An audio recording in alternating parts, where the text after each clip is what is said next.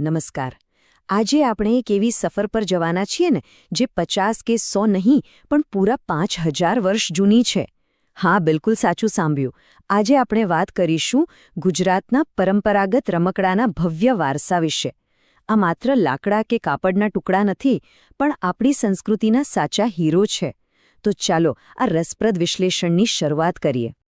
આજના આ વિશ્લેષણમાં આપણે આટલા મુદ્દાઓ કવર કરીશું: રમકડાનો ઐતિહાસિક વારસો, ઈડર અને મહુવાના લાકડાના રમકડા, કચ્છના કાપડના રમકડા, બાળ વિકાસમાં તેનો ફાળો, અત્યારના પડકારો અને અંતે તેના પુનરુત્થાનની આશા. ચાલો ફટાફટ આગળ વધીએ. વિભાગ 1: રમકડાનો ઐતિહાસિક વારસો.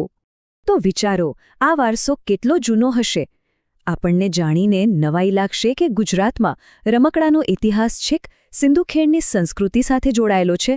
લોથલ અને ધોળાવીરામાં ખોદકામ વખતે માટીના અને લાકડાના પૈડાવાળા પ્રાણીઓ અને નાની ગાડીઓ મળી હતી. એટલે કે આજથી 5000 વર્ષ પહેલાં પણ બાળકો આવા જ રમકડાથી રમતા હતા. ત્યારબાદ રાજા રજવાડાઓના સમયમાં આ કારીગરોને ખૂબ માન મળ્યું અને કમાલની વાત એ છે કે આજે પણ અમુક વિસ્તારોમાં આ પરંપરા જીવંત છે. આગળ વધીએ વિભાગ 2 તરફ. લાકડાના રમકડા, ખાસ કરીને ઈડર અને મહુવાની કળા. હવે આ રમકડા બને છે કઈ રીતે? પ્રક્રિયા સાંભળીને એકદમ આશ્ચર્ય થાય. કારીગરો સૌથી પહેલા દૂધી નામના વૃક્ષનું લાકડું લે છે. આ લાકડું એકદમ નરમ અને હલકું હોય છે. પછી તેને ખરાદી મશીન પર ચડાવીને સુંદર ગોળાકાર આકાર આપવામાં આવે છે. પણ અસલી જાદુ તો હવે થાય છે. આમાં કોઈ કેમિકલ કલર નથી વપરાતો. કુદરતી લાખની લાકડીઓને મશીન પર ગોળ ગોળ ફરતા લાકડા પર ઘસવામાં આવે છે. ઘર્ષણની ગરમીથી લાખ પીગળે છે અને લાકડા પર એકદમ મસ્ત, ચમકદાર પડ બની જાય છે. છે ને એકદમ દેશી અને વૈજ્ઞાનિક રીત? આ રમકડાની ખૂબીઓ તો જુઓ. એકદમ ઇકો ફ્રેન્ડલી, કુદરતી લાકડું અને કુદરતી રંગ. જો નાનું બાળક આને ભૂલથી મોંમાં પણ નાખી દે ને તો ટેન્શન લેવાની કોઈ જ જરૂર નથી, કારણ કે આમાં કોઈ ઝેરી રસાયણો હોતા નથી. અને મજબૂતીની તો વાત જ શું કરવી. આજના પ્લાસ્ટિકના રમકડા કદાચ અઠવાડિયું પણ ના કાઢે, પણ આ લાકડાના રમકડા તો પેઢીઓ સુધી ટકે છે. લિટરલી દાદાનું રમકડું પૌત્ર પણ રમી શકે.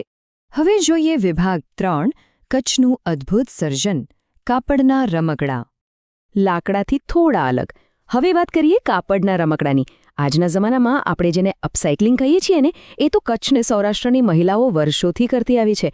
ઘરમાં વધેલા સુતરાઉ કાપડના ટુકડાઓને કાપીને તેમાં રૂ કે જૂના ચીંથરા ભરીને મસ્ત મજાનો 3D આકાર આપવામાં આવે છે. પછી તેના પર ઝીણું ભરતકામ થાય અને અસલી આભલા લગાવવામાં આવે. નકામા કાપડમાંથી એકદમ જીવંત ઢીંગલી કે હાથીઘોડા બનાવવાની આ કળા ખરેખર અફલાતુન છે. આ રમકડા માત્ર રમવા માટે નથી હોતા. આની પાછળ એક બહુ મોટી સાંસ્કૃતિક ભાવના જોડાયેલી છે. ગ્રામ્ય વિસ્તારોમાં જ્યારે દીકરીના લગ્ન થાય ને, ત્યારે તેને કરિયાવરમાં આ કાપડના રમકડા આપવામાં આવે છે. એવી માન્યતા છે કે આ રમકડા દીકરીના નવા ઘરમાં સુખ અને સમૃદ્ધિ લઈને આવશે. એટલે આ માત્ર એક વસ્તુ નથી, પણ માતા પિતાનો એક વહાલભર્યો આશીર્વાદ છે.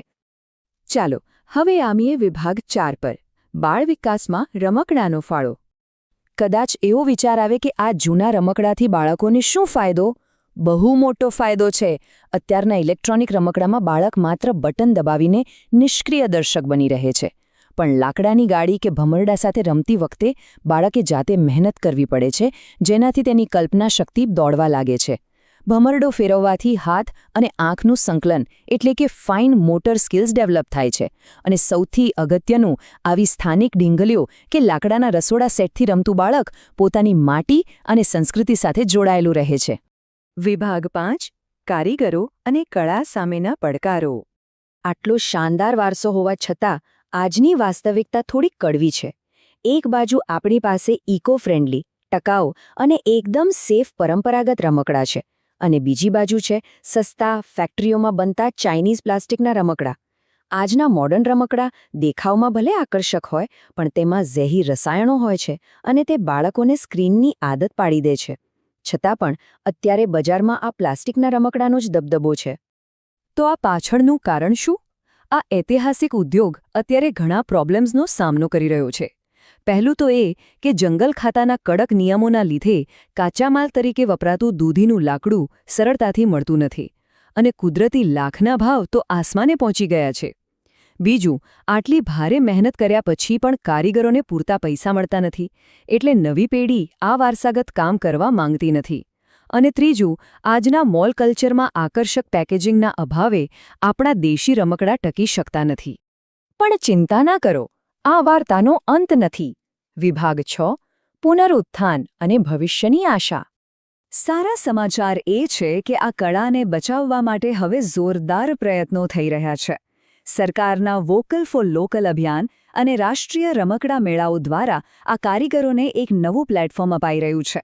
એનઆઈડી જેવી સંસ્થાઓના વિદ્યાર્થીઓ આ રમકડાને આધુનિક ડિઝાઇન અને મસ્ત પેકેજિંગ આપી રહ્યા છે. અને હા, પર્યાવરણ પ્રત્યેની જાગૃતિને લીધે દુનિયાભરમાં હવે ઇકો ફ્રેન્ડલી વસ્તુઓની ડિમાન્ડ વધી છે. હવે ઈ-કોમર્સ પ્લેટફોર્મ્સ થકી આ નાના કારીગરો સીધા જ લોકોના ઘર સુધી પહોંચી રહ્યા છે.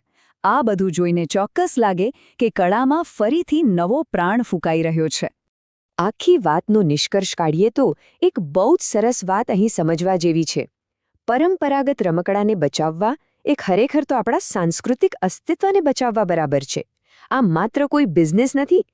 ઈડરના ખરાદી કામની એ ચમક અને કચ્છની ઢીંગલીઓના આભલામાં ગુજરાતનો જીવંત આત્મા ધબકે છે. આ એક એવી મહામૂલ્ય સાંકળ છે જે આપણા ભવ્ય ભૂતકાળને આવનારી પેઢીઓ સાથે જોડે છે. તો છેલ્લે એક વિચારવા જેવો પ્રશ્ન. આજે જ્યારે કોઈ બાળક રમવા માટે હાથ લંબાવે છે, ત્યારે આપણે તેના હાથમાં શું પકડાવીશું? કોઈ ઝેરી પ્લાસ્ટિકની નિષ્ક્રિય સ્ક્રીન? કે પછી આપણા 5000 વર્ષ જૂના વારસાનો એક ધબકતો હિસ્સો? જો આપણે બાળકોને સ્માર્ટફોનની જગ્યાએ ઈડરનો લાકડાનો ભમરડો કે કચ્છની દેશી ઢીંગલી આપીશું ને, તો તેમાં રહેલી સાદગી અને કલાનો સ્પર્શ તેમના બાળપણને ચોક્કસ વધુ સમૃદ્ધ બનાવશે. વિચારજો જરૂર. આજના આ વિશ્લેષણમાં બસ આટલું જ. ફરી મળીશું એક નવા વિષય સાથે. આવજો.